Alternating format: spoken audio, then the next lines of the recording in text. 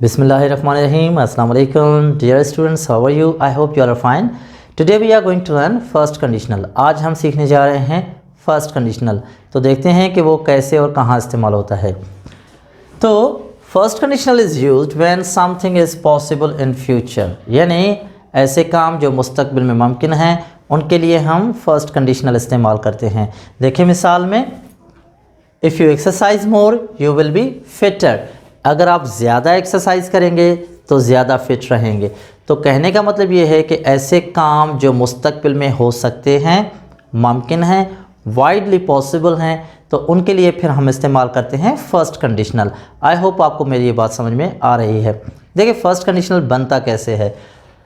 First conditional के लिए हम इफ़ क्लास में प्रेजेंट सिंपल रखते हैं और रिजल्ट क्लास में फ्यूचर सिंपल इस्तेमाल करते हैं। देखिए मिसाल के तौर पे अगर वो किताब पढ़ेगी तो उसको जवाब मिल जाएगा। If she reads the book she will find the answer. देखें कि इसका जो फर्स्ट क्लास है या इफ़ क्लास है, if she reads the book, अगर वो किताब पढ़ेगी तो फिर पॉसिबिलिटी क्या है, उसको जवाब मिल जाएगा। ये she will find the answer. तो ये एक पॉसिबिलिटी है कि ये काम मुस्तकबिल में हो जाएगा अगर आप ये काम करेंगे तो। I hope it makes sense. मुझे उम्मीद है कि ये बात समझ में आपको आ रही है। इसी तरह से एक और एग्जांपल देखें।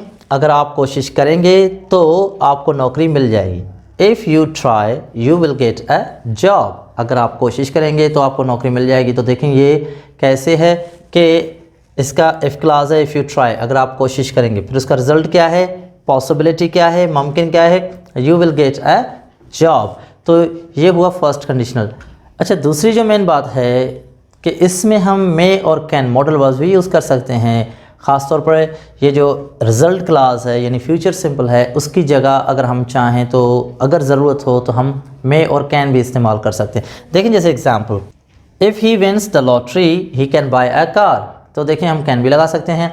अगर वो लॉटरी जीतता है तो वो गाड़ी ख़रीद कर सकता है, ये भी पॉसिबिलिटी है, गाड़ी ख़रीद कर सकता है। या फिर they may not come today if they are busy. अगर वो मसरूफ़ हैं तो हो सकता है वो आज ना आए। तो ये भी क्या है, ये भी पॉसिबिलिटी है। तो मुझे उम्मीद है कि आपको ये फर्स्ट कंडीशनल समझ में आ गया है कि ये तब इस्तेमाल होता है जब कोई काम फ्यूचर में मुमकिन हो, पॉसिबल हो, फिर वहाँ पे हम इस्तेमाल करते हैं फर्स्ट कंडीशनल। इसी तरह से मिसाल, एक और मिसाल अगर मैं आपको दूँ कि अगर आप मेहनत करेंगे तो पास हो जाएंगे।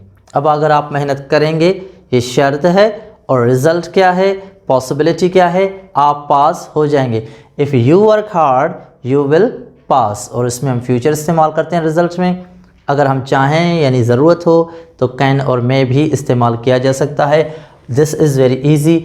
अगर आपको टेंसेस का कॉन्सेप्ट क्लियर है, वो आपको अच्छे तरीके से समझ में आते हैं, तो फिर कंडीशनल्स को समझना बिल्कुल भी मुश्किल नहीं है। मैंने जब आपको ज़ीरो कंडीशनल समझाया था तो मैंने आपको बताया था कि ज़ीरो कंडीशनल हकीकतों के लिए इस्तेमाल होता है और फर्स्ट कंडीशनल अब जो मैं समझा रहा हूँ वो पॉसिबिलिटी के लिए इस्तेमाल होता है। तो मुझे उम्मीद है ये कॉन्सेप्ट आपका क्लियर हो चुका होगा।